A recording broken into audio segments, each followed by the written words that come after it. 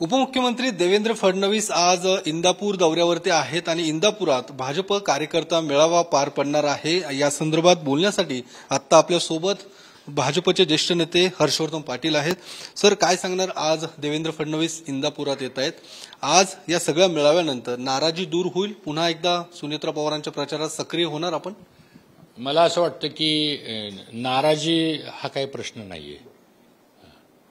अडीअडचणी आणि कार्यकर्त्यांच्या भावना आणि कार्यकर्त्यांचे प्रश्न आणि नाराजीमध्ये जमीन आसमानचं अंतर आहे।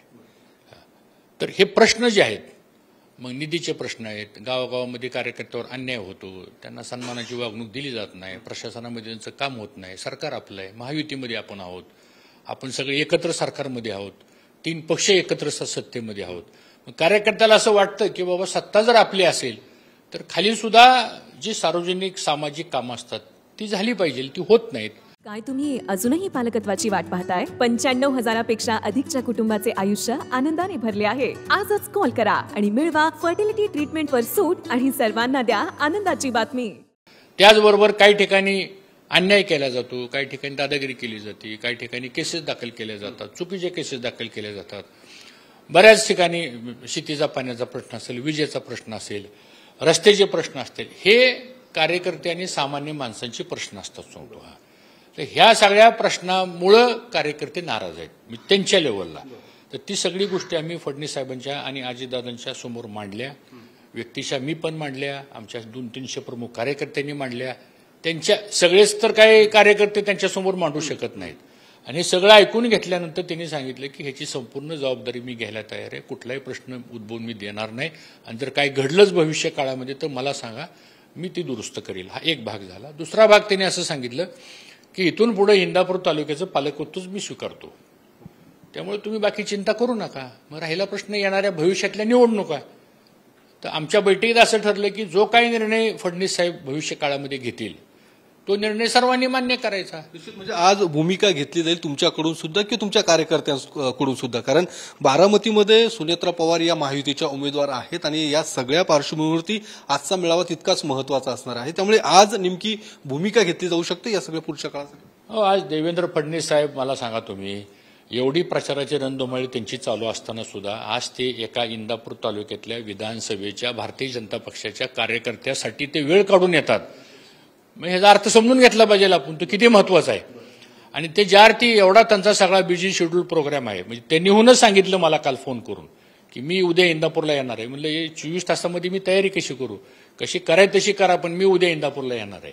त्यामुळे ते स्वतःहून म्हणाले की मी कार्यकर्त्यांशी बोलायला येणार आहेत।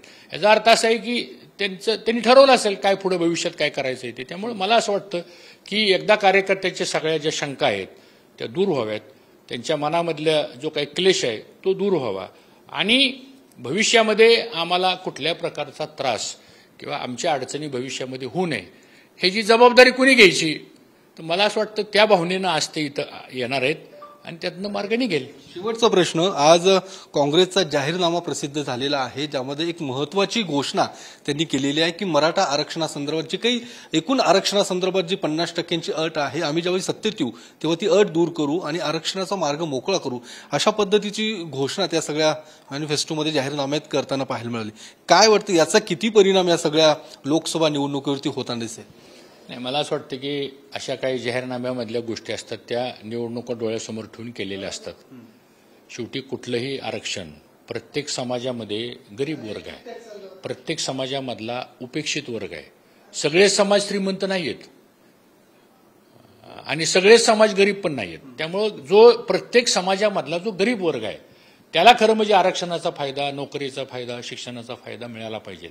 आणि हे सगळं करत असताना सुद्धा घटनेनं जी आरक्षणाच्या संदर्भातला जो कायदा ठरवून दिलेला आहे तो कुणालाच बदलता येत नाही, हे सुप्रीम कोर्टामध्ये वारंवार सांगितले गेलेलं आहे। तर मला असं वाटतं निवडणुका डोळ्यासमोर ठेवून कदाचित काही विरोधी पक्षाने अशा गोष्टी मांडल्या असतील। तर हर्षवर्धन पाटील होते ज्यांनी या सगळ्या पार्श्वभूमीवर त्यांची भूमिका मांडलेली आहे। आज देवेंद्र फडणवीसांचा इंदापुरात मेळावा पार पडणार आणि त्यानंतर या पुढच्या काळात नेमकी काय भूमिका घेतली जाते ते बघणं महत्वाचं असणार आहे। कॅमेरामन अभिजित पिसेसह योगेश बोरसे, TV9 मराठी, इंदापूर।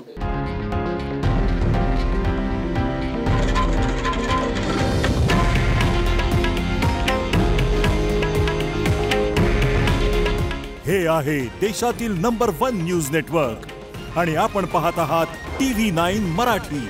काळजी तुमची, हित महाराष्ट्राचं.